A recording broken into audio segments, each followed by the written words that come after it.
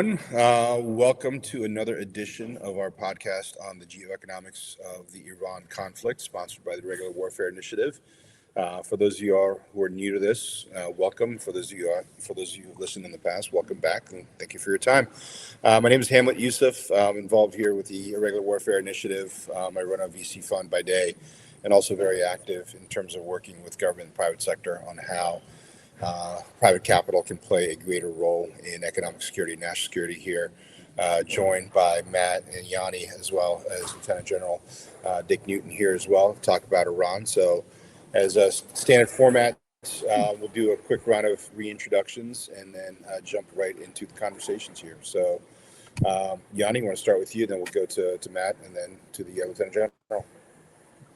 Great. Yeah, nice to be here again. Hamlet, thanks for having me. Gianni Koskinas. I'm the CEO of Hoplite Group. I'm on a think tank as a senior fellow focusing on the Middle East and Central Asia.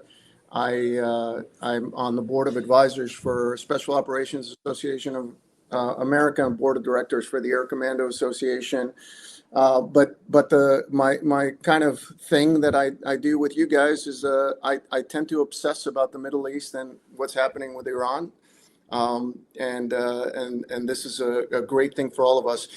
Just odd thing to be a second Air Force guy on this podcast for the first time. Spend my first 20 years plus in the Air Force Special Operations Command and JSOC. So great to have you with us, sir. Finally, Thank I get you. some reinforcing fire. Over. Awesome. Matt Flug, welcome everybody, and happy to be back on our podcast here. I am the director of the Economic and Legal Warfare Focus Area with IWI. Have the pleasure of working with this group here and having a very interesting conversation. And I know that we've waited, I don't know what it's been, maybe 2 weeks since our last session, and a lot has happened. So there's a lot to discuss. Excellent. Well, I'll chime in. I'm retired Lieutenant General Dick Newton, formerly United States Air Force, but spent a lot of time in the joint world at combatant commands and also on the Joint Chiefs. I actually oversaw global operations on the Joint Staff several years or so ago. I feel like I'm in my third career now. I'm in the financial venture capital world, also in media, something I never thought I would actually find myself in, but 6 months after I transitioned from the Air Force back in 2012, I found myself on Fox News. Then fast forward, I've been the senior national security contributor for News Nation. So I'm staying current, not only for my day jobs, but also this media gig that I've got. Find it very interesting. Again, just delighted to be with you. I know we've been trying to put this together, but certainly lots to unpack, not only the last couple of weeks, but frankly, last 48 hours. So just ready to engage.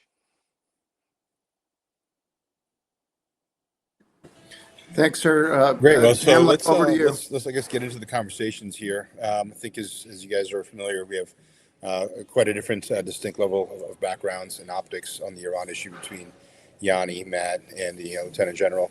So let's start with you, Dick, in terms of your perspective on what's happening here. I know you've been a regular commentator with News Nation and other media outlets on the perspective of Iran. The way we've covered this in the past is the geoeconomic impact that the Iran conflict is having. So let's begin there. Perhaps let's start talking about how potentially some of these different conflicts that the U.S. is facing globally are starting to merge between the Ukraine war, our adversarial or our relationship with China and Russia. I think last week there was a report that the Ukrainians were successfully able to strike a cargo ship that was going between Iran and Russia, suspected of smuggling materials. This, I think, starts bringing all the conflicts into one. Curious on your perspective and how that's going to be shaping these various conflicts that are now starting to merge into one. Well, absolutely. I've been very vocal the last several years, and especially the last year, particularly with in my 38 years on active duty. Fast forward 12 years since, I've really never seen a more challenging geopolitical national security laydown for the United States than we're seeing right now. I said that 4 years ago. I said it 3 years ago. I said it 2 years ago. And fast forward, I even said it today on air just a while or so. And it keeps getting more and more complicated. You bring out or underscore what appears to be the merge of two major conflicts between Russia and Ukraine. To remind our viewers that Russia really conducted the largest land invasion since World War II, attacking Ukraine in February of 2022. And fast forward, I believe that they're beginning to perhaps slight momentum change in favor of Ukraine. Long way away from the I think a successful conclusion of that. But you do see that Ukraine attacking, Russian and or potentially what turned out to be Iranian targets in the Caspian Sea begins to merge those conflicts, and that's very concerning. But it's also very illustrative of the changing nature of warfare in all the domains, air and space and ground and sea and below the sea and so forth, and cyber. That's another aspect of this world that we find ourselves in. And fast forward to Iran or the regime really being able to disrupt not only global commerce in the Strait of Hormuz and around the Persian Gulf, but also potentially now disrupting global commerce with use of its proxies with the Houthis down in the Red Sea area, Bab el-Mandeb Strait and so forth. If you combine the Strait of Hormuz, you combine the Bab el-Mandeb Strait. Really, in my numbers, it's about 20 to 24% of the world's global economy actually transits those straits. And so they're having an impact, not only in terms of a military aspect, but really the global economic finance piece of that. As well as final point is Iran's been able to demonstrate with their ballistic missile capability to put in harm's way targets not only in and around the Persian Gulf, but now, as I would say, moving to a Western front with regard to a recent attack on an Egyptian oil port area on the Eastern Mediterranean. But also, as they've demonstrated, they're able to send missiles against our naval forces and potentially our Air Force basing in Diego Garcia, which means if you just take that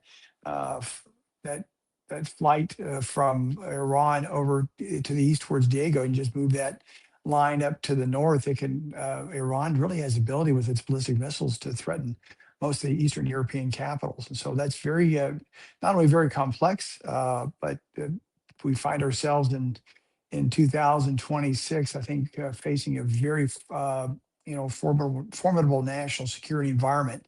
But love to unpack all that. But it's not just the military piece of this that we have a tendency to focus on. I think certainly in commentary that I've seen on air and so forth. But there's other aspects to it, all instruments of national power, military, economic, political, diplomatic, and certainly information and so forth. Yeah, let me jump in on that, sir, because I think that let me make one more minor comment to what you were saying, and then I'll pivot to the regional concept, which I think is a different perspective. You're an Air Force guy that has depth of Air Force, not just strategy, but also operational experience. And one of the challenges that it seems to the region is that we usually can do anything we want. U.S. is omnipotent. We can take down anything we target, and we're clearly not necessarily doing that, at least visible. So the regional perspective almost starts with the perspective, with the idea that you've not accomplished what you set out to do. And I think part of my concern with this, and from an Air Force perspective, and then an Air Force strategist perspective, and then I'll go to the regional, is that we're fighting a lot of campaigns almost simultaneously. Like we started with a decapitation, and then we're pivoting to coercion, and somehow the coercion is going to make the IRGC junta somehow change their perspective, and there's a lot of things that don't make sense to the region, and that's where I start. If we can just think of the map. I'll stay clear of Afghanistan, although there are some things we could talk about with Afghanistan that is playing out in different terms, in terms of what passage, where the Iranians stored some of their airplanes, where some safe haven that Afghanistan has afforded. But in terms of Iran, I think we have to ask ourselves, do we think that we're in a better place for the fall of the regime today than a year ago, 2 years ago? Where were we in terms of dissent from inside the government or inside the country and prior to the 12-day war in, just over a year ago, to where were we between that period and the February operations, and where are we now? And I think throughout this period, anybody that focuses on Iran probably would agree with me, and I think Hamlet, you would agree that although certainly the pain has gone up on the population, their willingness to put their head above water to get swacked is gone down over that period. In Iraq, I think that the Prime Minister of Iraq came to the U.S., had a very good photo op, and had some great conversations with some folks, said some things that we wanted to hear. But the reality is he has to go back. And when he goes back, he has to deal with a very heavy Iraqi resistance influence that is not allowing him to necessarily, put the lid on one of the Iraqi proxies that are very active and have been targeting Saudi Arabia and doing quite a bit of damage. So that's a problem set that we're going to have to deal with. The idea of Lebanon, coming to a fix, I think that's going to continue to elude us for a while. And I want to use Lebanon as an example of why not only do we have problems with our own campaigns, we have problems with our campaigns when you deal with allies. The Israelis tend to look at what's happening right now and realize that we're going to have to keep on mowing the grass for a long time. And it's just a question of what level do we put on that blade for the height of our mowing of the grass. But we're going to have to revisit it. The U.S. tends to look at the region and say, hey, we're just looking for the perfect peace that we do one and go, and we're going to step away. And that is unrealistic. I'm not saying that that's what's happening necessarily in Washington or in the halls, but somehow the narratives that are emerging out there, particularly on podcasts like ours, where everybody's an expert, is that as if, somehow we can find this perfect peace and we're just going to walk away. The Gulf, I'll finish with the Gulf. I think we're seeing in Saudi and Kuwaiti airstrikes that they're becoming more muscular. The fact that the Houthis may be entering is obviously a different dimension. So the way I look at it in terms of the region is that not only do we have the vertical escalation that happens when you're taking different targets, like if we go after infrastructure, they'll go after infrastructure. If they go after infrastructure, there's only a few desalination plants. There's a bunch of different targets. The Gulf feels the pain very quickly and acutely. But then there's the horizontal escalation, which is Egypt, and like you mentioned, the Houthis, potentially the Caspian Sea, and everything else that's going on. So the region is no longer just my little microcosm that I mentioned in the first 10 episodes. Now the region is becoming much bigger. So I'll hit pause there. Over. Yeah, if I can quick return, sir, you're spot on in your commentary. I think the challenge is I'm not particularly optimistic at all about in terms of where we are now moving forward, despite what comes out of Camp David this afternoon, or even future, U.S. national security positions that are articulated, particularly by the president. Seems like we keep moving the goalposts. That's very challenging. Secondly, the fact is that we've got certainly a lot of military capability, military might in the region, and so forth. But this is not a military solution. This is going to take all instruments of national power. And is the United States really committed to the region and really committed to our U.S. national security interests there? And are we able to carry that on? to climb up even a couple more thousand feet. We haven't really mentioned this yet. I'm very much concerned about the integration of not only Iran in this case, threatening the Gulf Arab allied nations of ours, as well as Israel and certainly the United States. I'm really concerned about now the integration of Russia and China in support of Iran. To me, that's the greater geopolitical challenge we have here that's going to have long-term effect. You've got Russia providing presumably intelligence and other capabilities directly to Iran. That's been a long time relationship. You now reported in the media, you've got China providing shoulder-armed air defense capabilities, as well as maybe pieces and parts and components for ballistic missiles and other things. And you've got you got a problem on your hand, but now you've got a heck of a problem on your hand with the integration of Russia and China with Iran and so forth. And so that's a real challenge, not only for this administration, but I think to maybe your point is this is a long-term problem that's going to go across generations. It's almost as if we have to refocus on, you're right, we do a one and done. We do a Desert Storm, or we do Operation Iraqi Freedom, Afghanistan, and so forth. It's kind of like it's a one and done. Let's go off and do something else. I don't think that's going to happen now.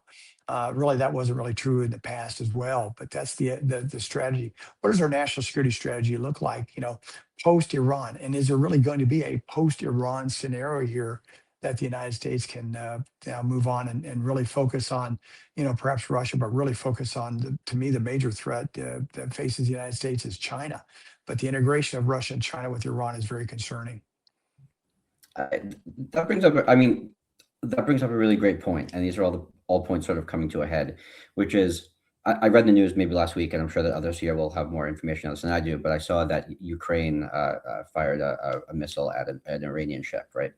And it leads me to, but I'm thinking back, 100 plus years ago, 19th century Europe, where these ally ships of convenience, right? The enemy of my enemy maybe is a friend, maybe not. And looking at how these networks are evolving and looking at how we respond to that, right? And I think that everyone who spoke so far has hit the same sort of nail on the head, which is we have military might, right? But is military the only solution, or is it the solution? Mm-hmm. Certainly it'll be a part of the solution. But when I look at the tit for tat strikes that are occurring right now, I don't see what that end game is. I think you mentioned the goalposts are moving. I think that's accurate. I think I think there's a short-term view right now, particularly in the media. But I'm wondering what does the end look like, right? And I'm not sure anyone has that answer, and I think that's what we're all trying to address here. But looking at the spillover of what Saudi might or might not be doing in the Strait or Bab el-Mandeb Strait and against the Houthis, and looking at what Ukraine might or might not be doing against Iran. I mean, there's a lot of complexity here, and I think the spillover unfortunately works to our detriment. And I think that the Iranians are taking advantage of this, as they have done now for the past few months, almost in an impressive way, to give them some credit, taking advantage of some of these vulnerabilities and exposures, and also the fractures amongst the region around them. So that is certainly not an answer, but it opens up a big can of worms. So I would love to open that up and see Hamlet maybe. Yeah. Please. Too much coffee for me this morning, but the tit for tat conundrum we find ourselves in, that plays directly into the Iranian playbook. Now we are really at their pace of operations, as well as diplomacy. When President Trump declared the ceasefire in epic fury on April 7th, and to pursue a peace deal, and ever since that, particularly since the MOU was signed on June 17th, we've had 4+ months of really failed diplomacy, in my opinion, in that regard, because again, it's at the pace of the Iranian regime. It's not as if we should have woken up, this morning or 2 months or so ago out of a morning and figured out that the Iranians are going to be very difficult. If not, we can't trust them at their word and so forth. They've demonstrated that for 47 years. And so the United States has been going back to an old familiar playbook. We think that military capabilities is what's going to solve this. No, it's really U.S. leadership, number one. Secondly, something that we've been in this particular administration, I think, very much a challenge with regard to how we have been trying to support our allies or compel our allies to support us. We wake up now, we really do need allied support, particularly, I'm talking very tactical here, for instance, providing minesweepers up in the Persian Gulf to help along the Strait and so forth. And where are allies? Well, that is something that I think the administration is going to be facing.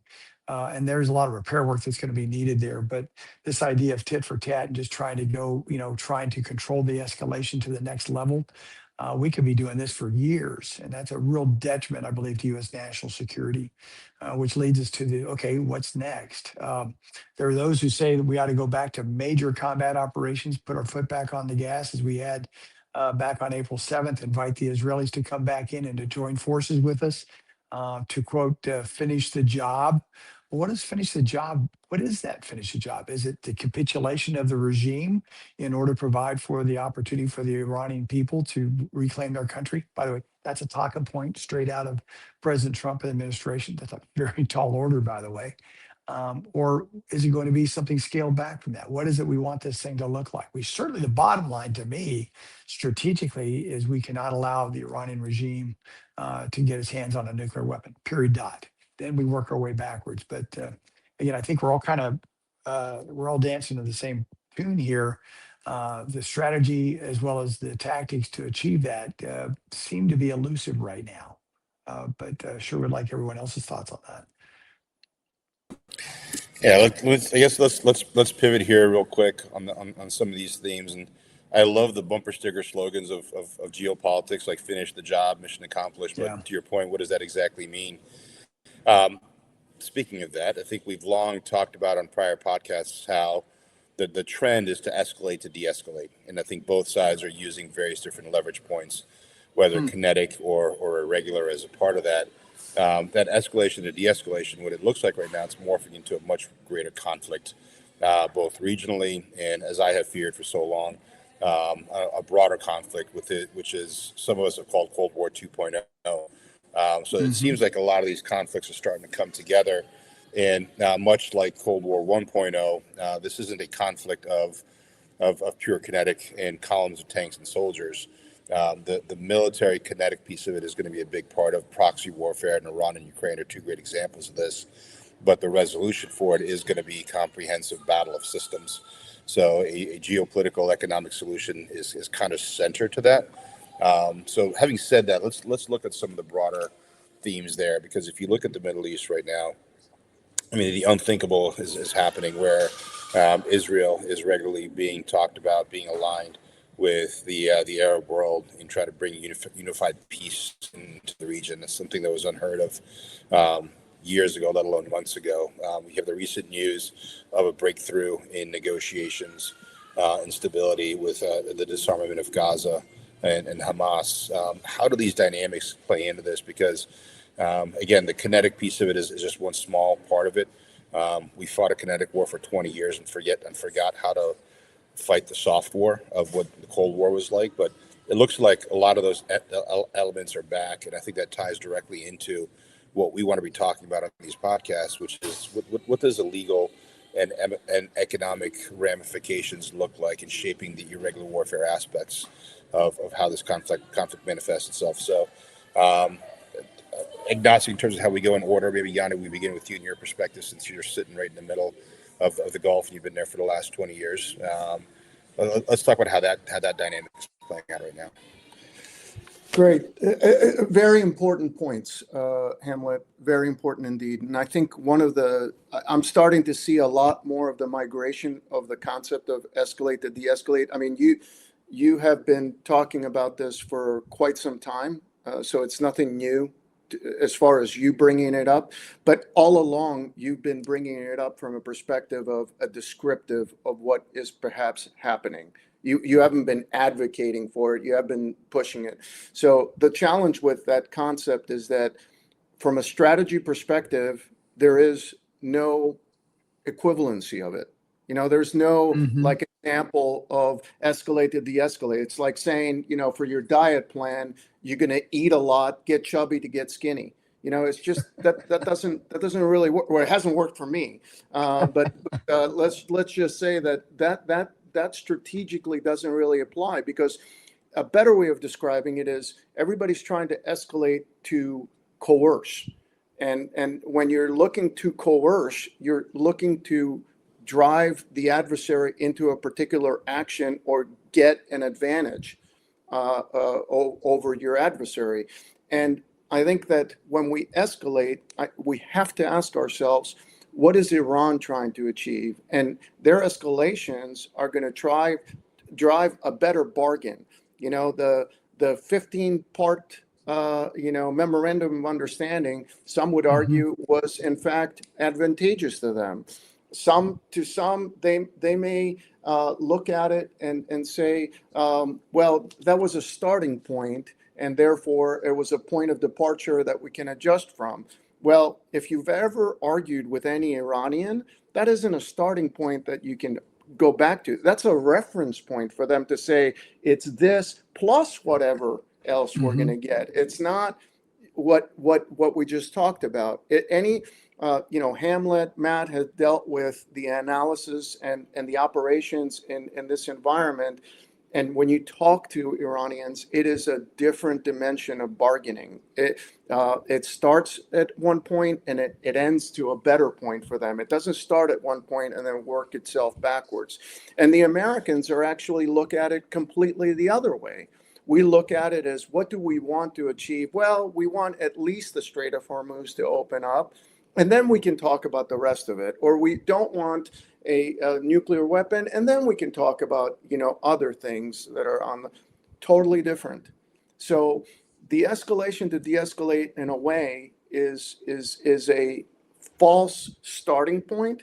I think we have to look at what are we escalating for to achieve. And quite frankly, I think that this is something that I'm very passionate about because, I'll only throw out 2 points so I don't hog the microphone here.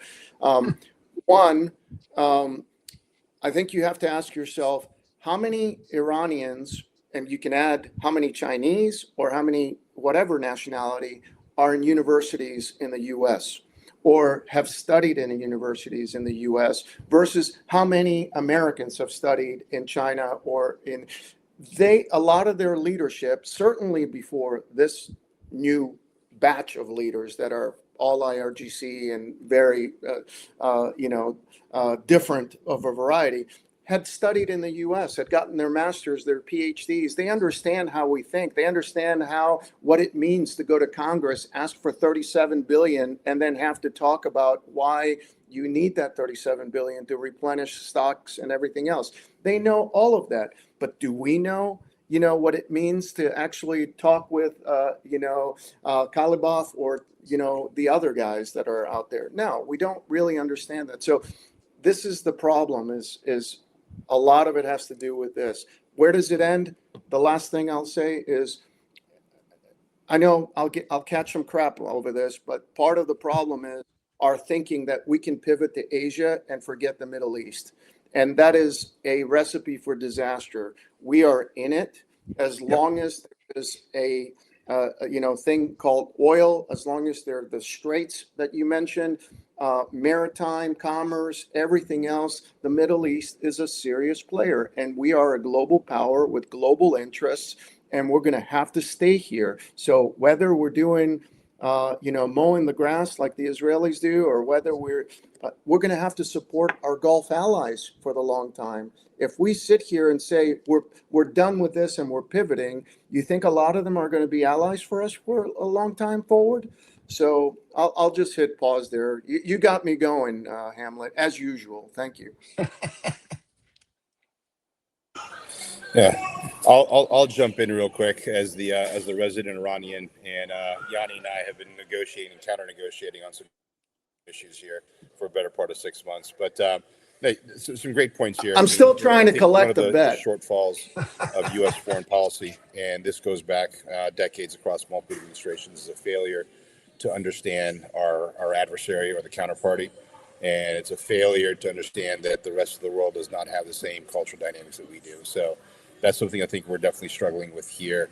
So escalate to de-escalate, I think, is a continuum. I think it's something that we're in the middle of right now. But I think, Gianni, you brought up some points both today, but also in our prior conversations.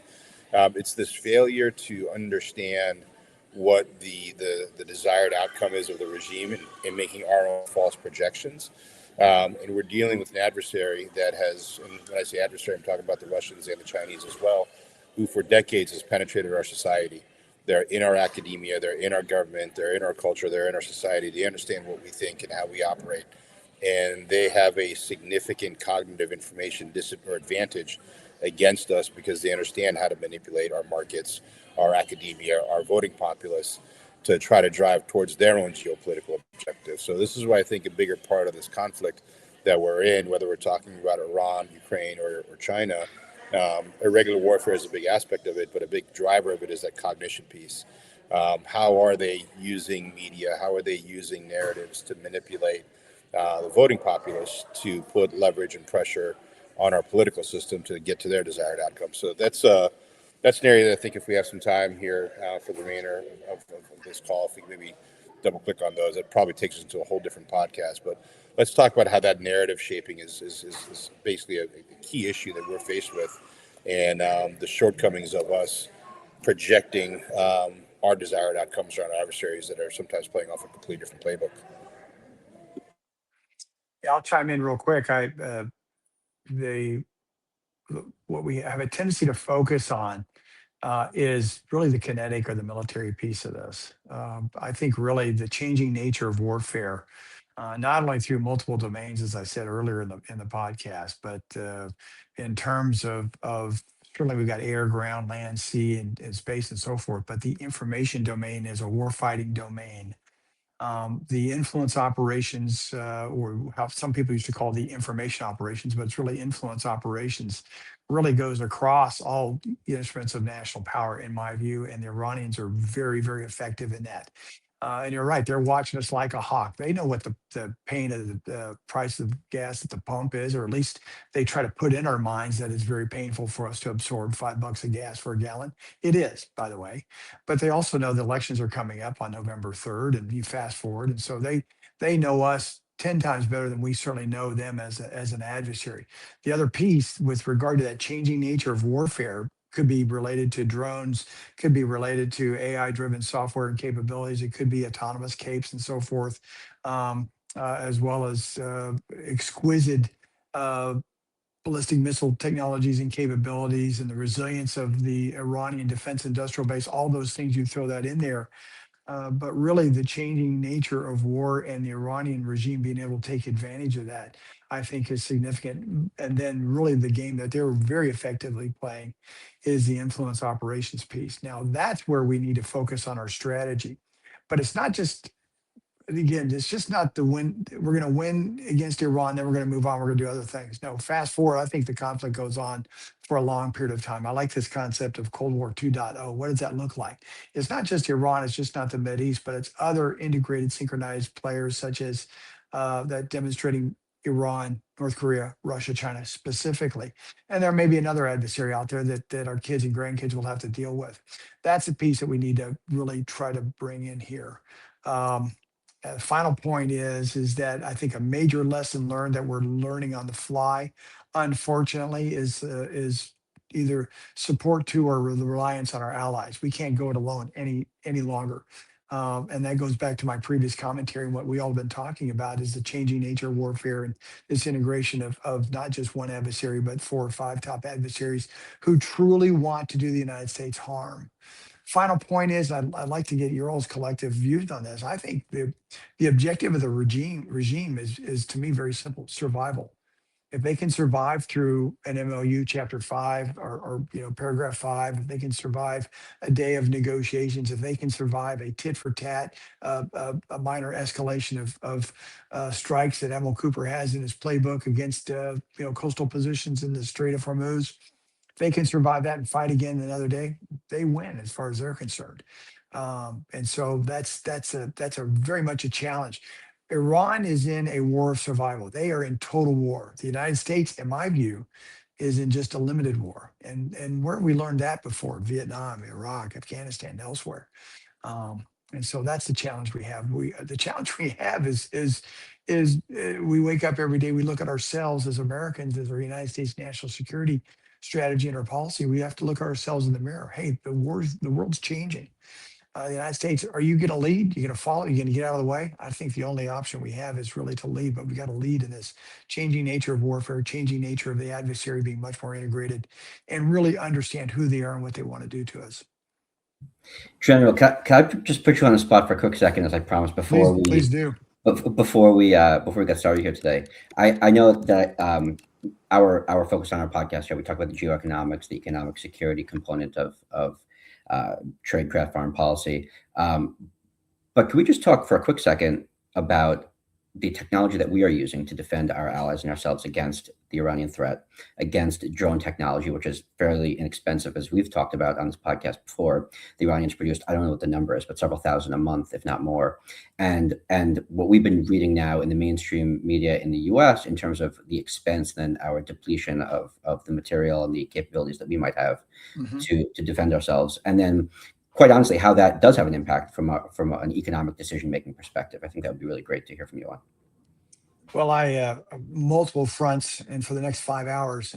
But just to let you know, I'm involved with a drone manufacturing company that's based in Denmark right now. It's a U.S. company, but we're trying to really now catch the wave of drone warfare and so forth, and making great bounds. So I've got some very strong personal and professional and keen interest on that. First, let's talk, however, as an aside, really the lessons learned that we're rapidly achieving here. Almost late to need, but nonetheless, we're picking up on this. And I give Secretary Hegseth and the administration some credit here, trying to be more innovative, but also applying U.S. national capabilities to drone manufacturing, for instance. Ukraine back in 2022 built about 5 to 10,000 drones over one particular year. This year, they're going to build 7 million. Next year, 10 million. They're going to be cheap. They're going to be effective. They're going to be a whole variety of capabilities, from small drones to large drones and so forth. But they're also, along the way, they're not only building drones for offensive capabilities, but they're also really understanding what counter UAS or counter drone technology also provides as well. Iran's doing the same thing. They build tremendous capabilities with regard to their drones. They understand the changing nature of warfare with regard to the implementation of not only drone operational capabilities, but the drone technology behind that in terms of their industrial base and so forth. We have lots of catch up here in terms of that. So just in terms of really, I think the B-21 bomber, the F-47 fighter, the new sub, that's going to be vital to U.S. national security for the foreseeable future. But we also have to understand and adapt not only our operational capabilities with regard to other instruments of power that are turning out to be drones and AI-infused software, and obviously autonomous systems and so forth, and space-based capabilities, all that mixed in. But we also need to recognize that our own defense industrial base, it can no longer take 2 to 4 to 6 years to purchase or to build, defense capabilities such as Patriot and THAAD and so forth. Um, Point being is that it's not just the military operational use of these capabilities, but it's a defense industrial base that supports it. And that's one thing that's a vital lesson learned that we've got to get better at. I think that now there's been a lot of talk, unverified talk, by the way, in the media with regard to the status of our cache of weapons, particularly Patriot, THAAD, and some of our precision guided. I used to oversee, when I ran global operations for the Joint Chiefs, I was about 1,000 things I had responsibility for. One of them happened to be the status of the force or the readiness of the force, and report that literally up through the Secretary of Defense to the President. And point being is that even back when I transitioned out of active duty in 2012, our stockpile was not in the best possible shape. Even fast forward to today, it's not either. There have been ebbs and flows of that. Some refer to that as a procurement holiday. Some refer to that as lack of leadership in a particular administration, and a lack of appropriations or authorization from the Congress to make sure our stockpiles were healthy. I'm rather uncomfortable right now. I think, well, at least what I'm hearing in the media, I'm not going to verify anything CIS is coming forward with, or the New York Times or Axios or whomever. But it is concerning. However, the role of the chairman of the Joint Chiefs of Staff, in this case, Dan Kane, as well as the combatant commander, but more so General Kane, is to provide the president with options. And that's exactly what he's been doing, from major combat operations beyond what Epic Fury was to perhaps some of the current, escalated operations that we're seeing play out literally right now. But what his job is to not only provide what those options are and lend a hand to the military aspect of the overall U.S. national security strategy, but also present risks to the president. Part of those risks are, Mr. President, uh, this is what I think I can deduce from it. I'm not going to go into much details of what I may or may not know. I think we've got capabilities. We've got an arsenal that is more than able to do the job over the next 2, 4, 6 weeks, whatever a major combat operation would look like in the Mideast. But the challenge is the rest of the globe. Perhaps to increase risk in Europe, to perhaps increase risk in Asia Pacific, and so forth. And Dan Kane's job is to present those risks to the president. But it's also his job to come up with options if the president decides to go for instance, major combat operations with the full complement of the arsenal that we have right now to mitigate those risks as well as to minimize those risks. And I think that's where you're seeing perhaps a little bit of that commentary from CSIS and so forth.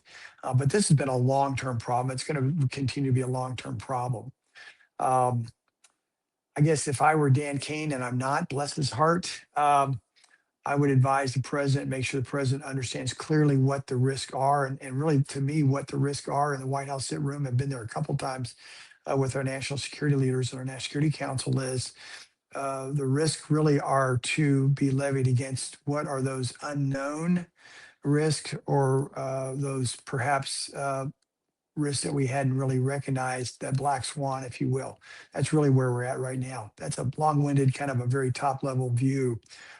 Very concerning, but at the same time, I don't believe it's those particular uh, stockpile numbers that may or may not necessarily be verified that would prevent the United States from conducting major operations in Iran and for the foreseeable future. The risk is really on a global scale in terms of other theaters of operation. And therefore, do other adversaries, Russia, China, does Russia perhaps now, just not only because it's somewhat on its heels for the moment with regard to Ukraine, but do they feel emboldened right now and to go after another NATO ally? Does China now really start making some more serious moves towards Taiwan and so forth? So that to me is very concerning. I'll jump in here real quick because I know Please do. we're coming up on time here, but Yeah. if we can kind of pivot here real quick in terms of final thoughts. But one thing I did want to talk about, and I kind of live and breathe this issue of tech and warfare as one of the partners at Iron Gate, which is a VC fund that invests in tech. This is a problem we've been dealing with for a better part of 8 years. We're one of the early voices and advocates for how technology was going to reshape warfare, both regular and irregular. And unfortunately or fortunately, the Ukraine war and now the conflict in Iran is just a case in point of how this is playing out. The economics of warfare are real. The Shahed drone, which costs pennies to make versus the billions of dollars of assets we got to deploy to fight them, that's not sustainable. It's giving countries like Iran and Ukraine the ability to take on a much greater nation at a fraction of the cost. On the good side of the equation, the Ukrainians are gutting the Russians and spending a fraction to win that battle. And unfortunately, on the other side of the equation, we're seeing the same dynamic play out in Iran, where they're expending millions, forcing us to expend billions. That doesn't work and that can't work. So we need to be better at understanding how to bring private capital and private innovation into conflict to a certain extent. This means being able to bring and work with smaller startups that are going to, lack of a better word, disrupt the traditional old guard, and we need to be okay with that, and we need to understand that. But the concept of economic warfare and tapping into the private sector, venture, and early stage technology, that plays only one small piece of it. I think private capital and the private industry is going to play a central role in winning Cold War 2.0. Because it's not about private capital creating the next drone. That's one part of it. It's bringing in a whole of society to this conflict, where private capital and private industry is playing a part in critical minerals, materials, advanced manufacturing, supply chain, logistics, and helping some of these problems that we're faced with. Because if we don't win this. I think the challenges that we have and the various different attack vectors that are coming at us from China, Iran, and Russia are too wide. So we need private sector engagements efficiently and effectively. I think understanding how to bring in private tech in terms of kinetic warfare and irregular warfare and kind of the startup world, that's one aspect of it.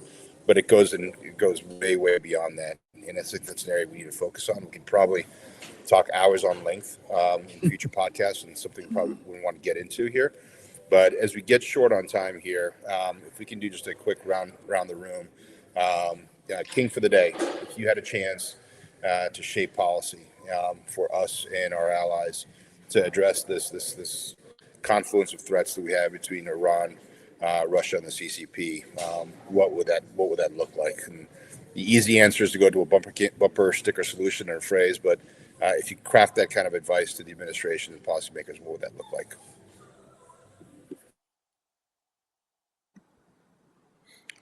I'll jump in first, and then we can pivot from there. Please do. And wait, are Yeah. these, Hamlet, are these our wrap-up comments or not? Because this is going to change things. You want us to do this as a wrap up? Well, I'm right? asking Hamlet as our leader here. And this is an example of how we structure our strategy sessions. Go for it. Listen, I'll jump in on this, and I'll make it with some finishing comments. So on time, we stay on time. If you think of how our messaging, because I want to go back for my finishing comments to Dick's earlier information operations and influence operations. If you listen to one group speak about what impact we're having in the fight, you think that Iranians are barely functioning and they're unable to do anything. They can't get food. Well, when you talk to some folks that are in the region and travel in the region and go places, or monitor their social feeds or anything like that, realizing that some information that comes out of Iran is certainly shaped so we see what they want us to see. I think that what you'd see is that Iran is still functioning. The airport is functioning. They just had, not too long ago, the funeral of their former supreme leader, and lots of dignitaries came in. They traveled all over the country. They're functioning. We drop bridges. We show the pictures. Now, granted, our Defense Department and our intelligence services have much better BDA than we'll ever have, but you quickly see them that it's the dry season and they just literally start driving around, the bridges and just continue. And they look at you like, you think this is bad? I think we're obviously having a much greater impact than any of my comments are going to highlight. I think that we are making a difference, but I think you have to ask the question, to what end? What are we trying to achieve with each start? What are we trying to achieve with each round of escalations? And actually develop a strategy of how to get from point A to point B to point C. And right now we're just doing, sort of spurts of activity, but it's all to coerce them to get to one thing. And, if you ask yourself, how much of this does it take? The answer is, I don't know, but we'll find it when we see it, So I think we need to think in longer terms, far longer than what we're considering. I think to Hamlet's point, we have to think hard and spend less. Spending our way out of this is absolutely not going to get us there. To Dick's point, we have to actually think about and reinforce our alliances that we have been stressing that we can do anything we want, but I think that we need to spend a lot more time in getting the alliances strengthened, because that has been our advantage for the last 80 years, our advantages. We can't throw that away. And then the last thing I'll throw in there is please spend more time trying to understand the enemy and trying to understand how we can influence them. Even consider things that are almost unnatural to us to do, because we're direct. We tell you what we think. Well, that's not exactly how other cultures behave. That's not how our allies behave. That's not how the enemy behaves. So we have to think about how are we going to achieve what we're trying to do, and really spend some strategic reflections to make it happen. Last comment. This is going to last a long time, fellas. I think we'll be here analyzing this for quite a while, and taking the long view is the only way forward. Thanks. Okay, General Newton, are you still with us? Okay, I'm not hearing anything here, so I'll chime in with my comments now. Hamlet, that's a tall order. I don't know if I'm going to be able to answer that in the next 30 seconds. But you know, as General Newton said earlier, I think something that is extremely important that should not be overlooked is the importance and the necessity of having our allies behind us. And if we talk about Iran in a vacuum, sure, there's probably an opportunity or a way for us to manage this conflict independently. But if we're looking at Russia, we're looking at China, we're looking beyond the horizon, I don't think there's any way to do it without having our allies and friends in support of us. And it's a two-way street, right? We were talking about understanding, Gianni, you're talking about understanding our enemy in particular. Here we're talking about Iran, and we're looking back 47 years. There's a sense of resilience that's been built, right? It's very hard to sort of to break that. It's clear based on what's happened at the beginning of this year, based on what's happened over the past few months. It's not as though the Iranian regime is saying, wow, this MOU really helps our people. I know I've said this before on this podcast, so we're going to make changes.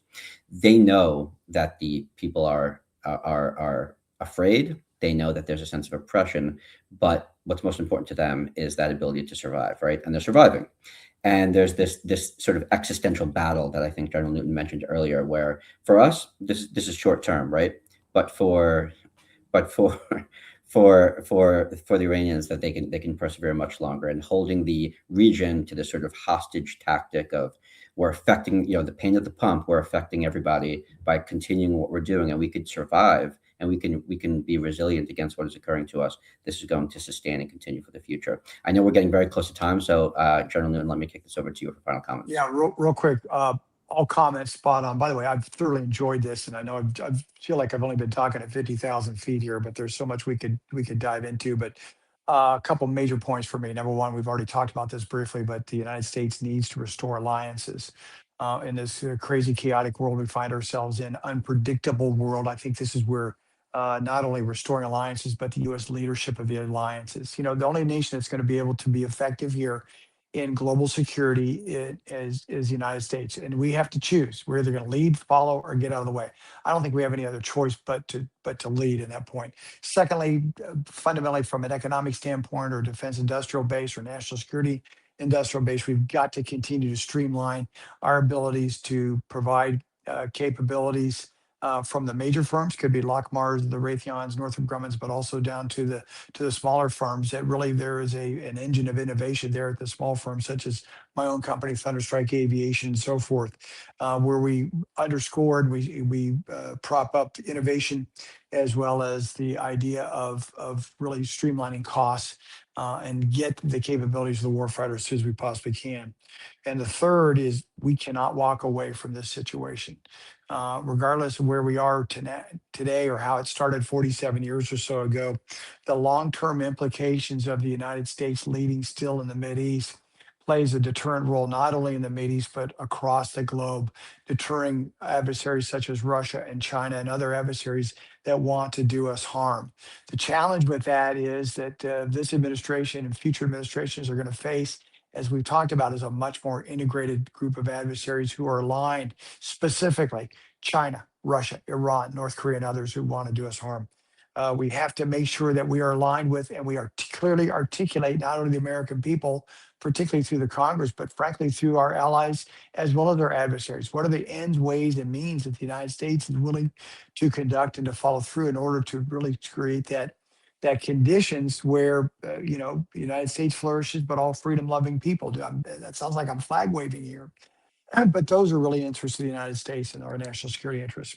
Those three major nuggets are going to be very difficult, and we no longer can the United States. We don't get a vote here. We can no longer just be isolationist and inward-looking. we've got to be much more informed on who our allies and our friends are, as well as our adversaries. In this case, we really need to much more understand the Iranian regime and who they are and what they stand for and what their aims are, as well as Russia, China, and elsewhere. Well, I think we could probably carry on for at least another 3 hours on some of the topics we raised here. So I guess there's three certainties. One, we will continue to be eager as a society looking for easy solutions. And unfortunately, our adversaries know that. And I think they feast on that. So as a result, I don't expect peace to break out anytime soon. So I think it's safe to say that we're going to have plenty of content to talk about in future discussions, not only around Iran, but this confluence of conflict between Russia and China as well. So looking forward to having more conversations with you all. Sir, appreciate you joining us. Would love to have you on again to talk about this. And again, for everyone who is who's joining in and has joined us in the past, thanks again for your time. For those of you guys who are brand new to us, thank you for your time. Appreciative. Hopefully you found this content and information very useful. Looking forward to having future conversations that'll probably dig deeper on some of the themes that we brought up today. And want to wish everyone a happy weekend, although I think you'll probably see this by sometime next week. But again, folks, thanks for your time, and looking forward for additional conversation in the future. And again, thanks again for the Irregular Warfare Initiative for supporting this podcast. Thanks, everybody. Awesome. Thanks, guys. Yeah.